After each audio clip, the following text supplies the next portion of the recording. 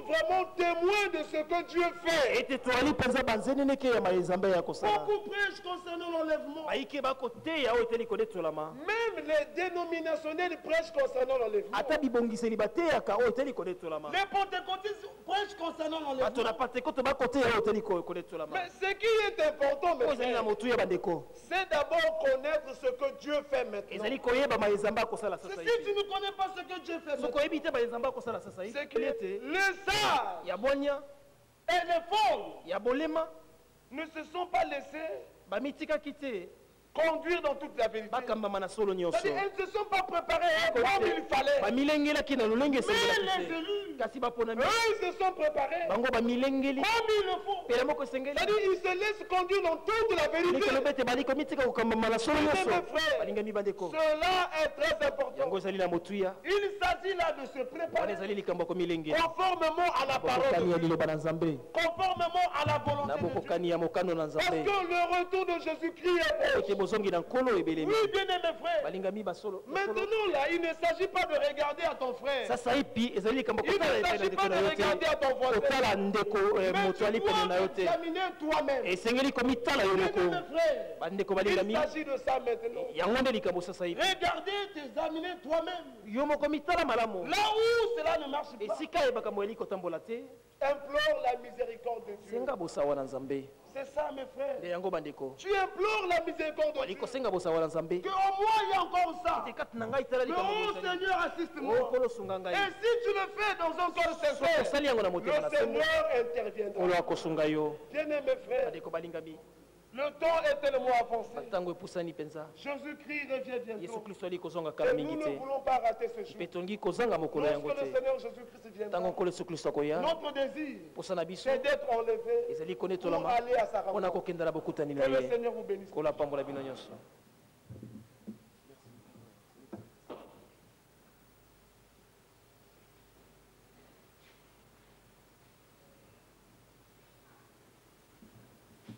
Nous allons nous lever.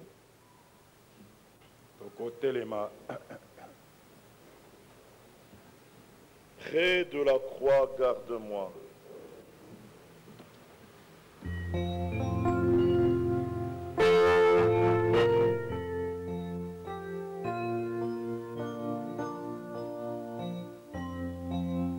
Kasazona motoba. Azona mitano.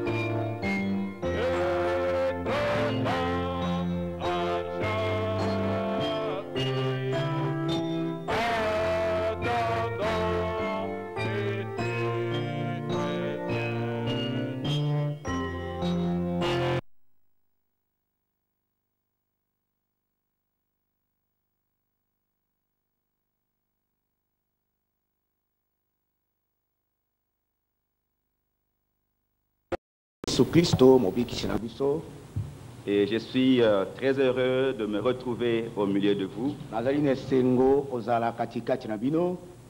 Je suis passé par ici un certain nombre de fois. Je n'ai pas eu que Dieu soit loué parce qu'il m'a accordé l'occasion aujourd'hui d'être parmi vous. Avant de quitter la Guinée, les frères et sœurs de Conakry m'ont demandé d'apporter leurs salutations fraternelles à tous ceux-là que je vais rencontrer dans le Seigneur.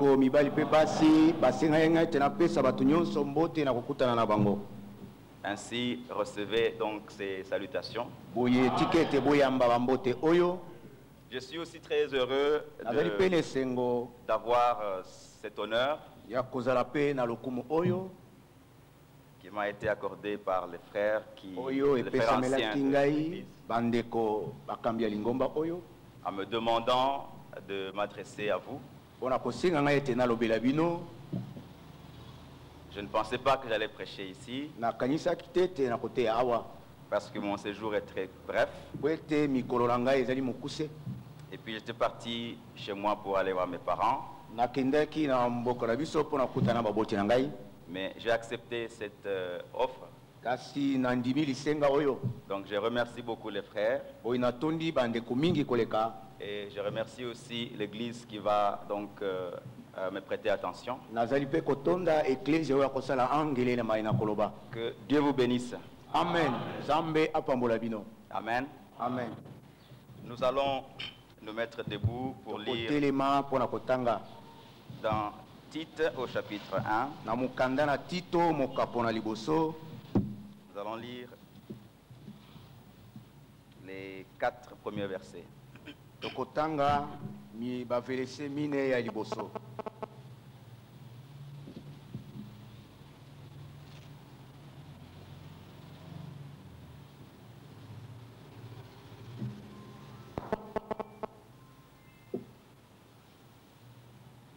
Lisons au nom du Seigneur. Totanga yango na kombo na nkolo.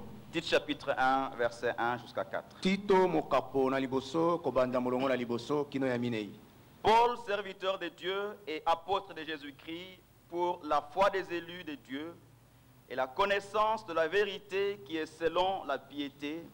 Paul mosali ya Nzambe pe ntoma na Yesu Kristo pona kondima ya baponami ya Nzambe pe na boyebi na solo o ezali engebene bon Nzambe.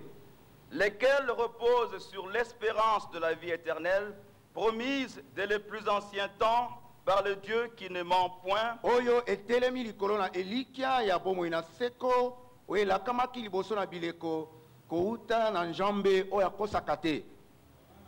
Et qui a manifesté sa parole en son temps par la prédication qui m'a été confiée d'après l'ordre de Dieu notre Sauveur. Mpe oyo amonisaki liloba na ye na ntango na ye na nzela na liteyi oyo epesamelaki ngai engebene motindo to lotomo ya Nzambe mobikisi na biso. À titre, mon enfant légitime, à notre commune foi. Na Tito mwana na ngai na oyo tozane na kondima ya ndenge moko. Que la grâce et la paix te soient données de la part de Dieu le Père et de Jésus-Christ notre Sauveur. Amen. Tikete ngolu pe kimia bipesemela yo kouta na Nzambe tata mpe na Yesu Kristo mobikisi na biso. Bien-aimé Père Céleste, olingami tata ya lola, nous voici ce matin devant ta face encore, tala lisusu biso na tongo liboso na yo, conformément au calendrier de rassemblement de ce peuple que tu réunis ici. engebene linaka to mwango ya libota oyo yozali kosangisa awa. Nous sommes tous réunis à cause de toi. Amen. Biso nyonso tosangani pona tina na yo. Nous sommes venus te voir toi et t'écouter toi. Toye komona yo mpe koyoka bobele yo. Parce que nous croyons que nous avons besoin de toi. Kwete tondimiete tozana bosenga na yo. Nous sommes reconnaissants parce que tu as permis à chacun de venir jusqu'ici. Tozali na botondi kwete opesi nzela na moko ete aya kino awa. Nous demandons de manière commune la pluie de bénédiction. Elongo tozali kosenga mbula na mapamboli. Pour qu'en partant d'ici ce matin, nous ayons été édifiés. Kwete kobima biso awa tongo ya lelo tozala tolendi sami. Nous savons que devant ta face, il y a la paix, il y a la joie. Nous savons qu'en ta présence, il y a la guérison. La guérison des corps et la guérison des cœurs. Accorde cela à chacun de nous ce matin. Seigneur, à qui irions-nous encore? Il n'y a qu'à toi que nous pouvons aller, Seigneur. Nous sommes dans le besoin. Toi, tu es riche en miséricorde. Et tout t'appartient. Tout ce dont nous avons besoin, il n'y a que toi qui peux nous l'accorder. Donne à chacun selon son besoin. Pour que ton nom soit toujours glorifié. Et que ce lieu soit vraiment un lieu d'adoration. Ton peuple peut venir et se réunir en paix et dans la joie. Et que lorsqu'ils partent d'ici, ils soient vraiment dans la joie. Que la gloire te revienne. Au nom de Jésus-Christ. Amen. On va nous asseoir.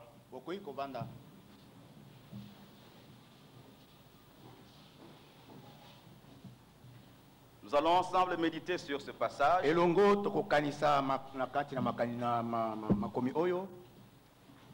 Mon pasteur Agoma avait l'habitude de dire, nous allons nous rappeler certaines choses. Parce que ce sont des choses que nous connaissons. Mais parfois il est important que nous puissions revoir ce que nous connaissons. Que nous puissions y méditer. Amen. Amen. L'apôtre Paul, il se présente comme étant serviteur de Dieu et apôtre de Jésus-Christ. Et il présente le but pour lequel il a été fait ainsi. Il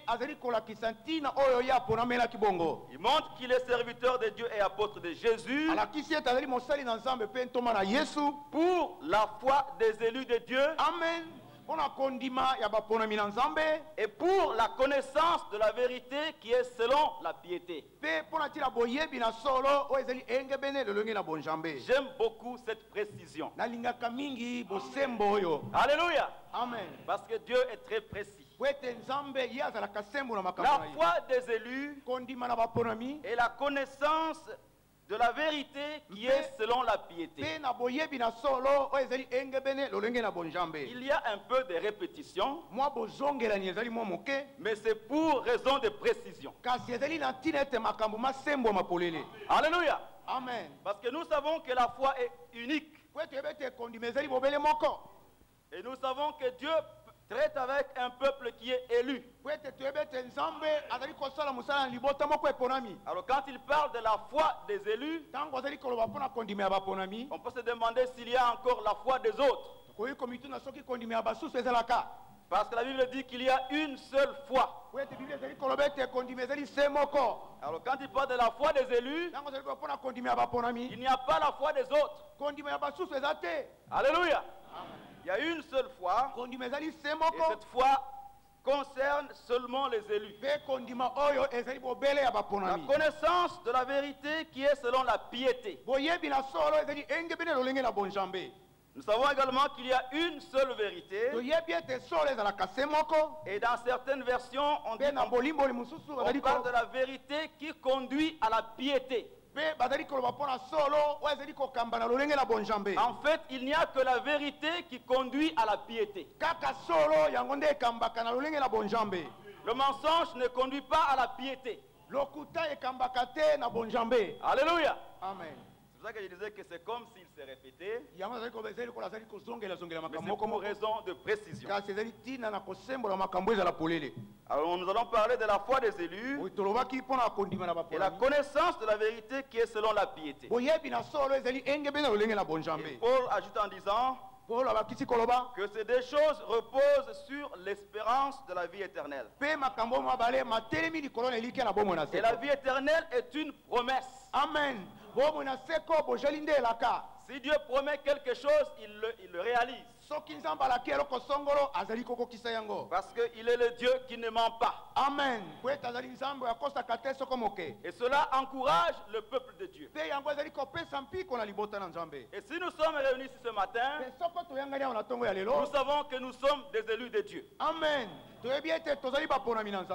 n'est pas l'intelligence qui nous a conduits ici. Ce ne sont pas nos coutumes qui nous ont conduits ici. Il n'y a rien de cela qui nous a réunis. C'est parce que Dieu nous a choisis.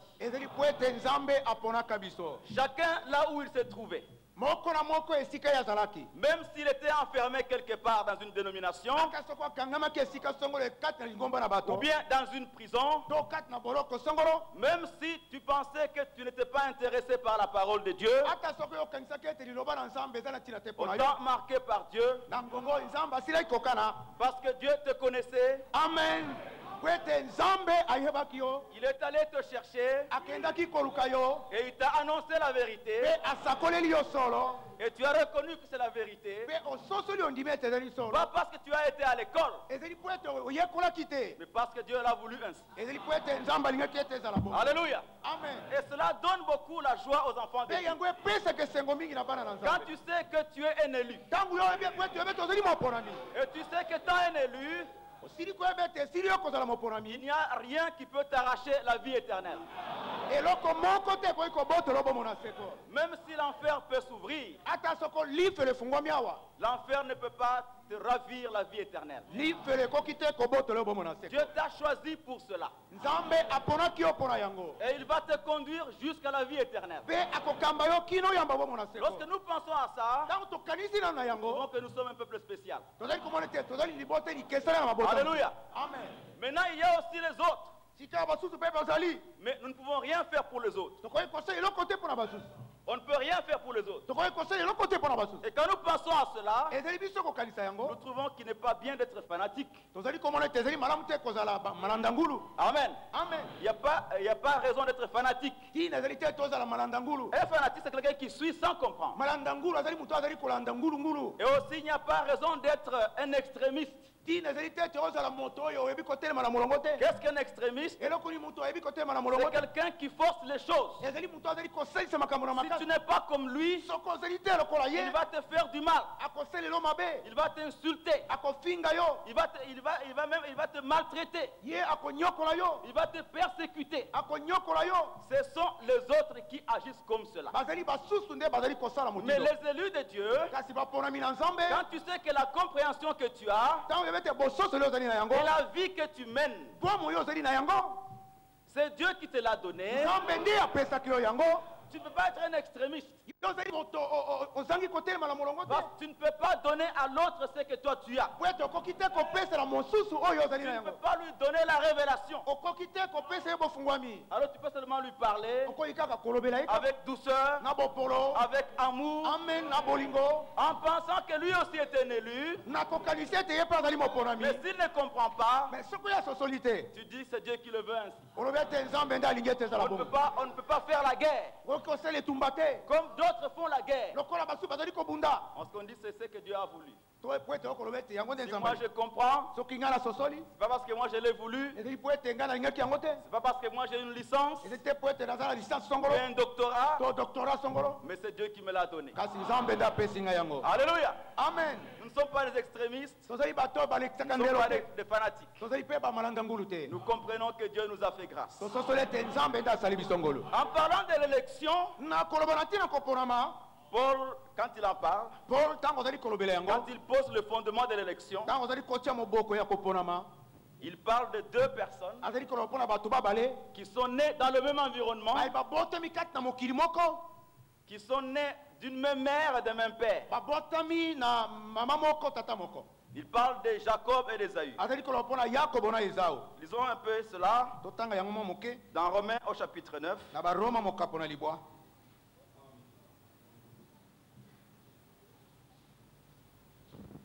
Nous allons commencer au verset 11 pour aller un peu plus vite.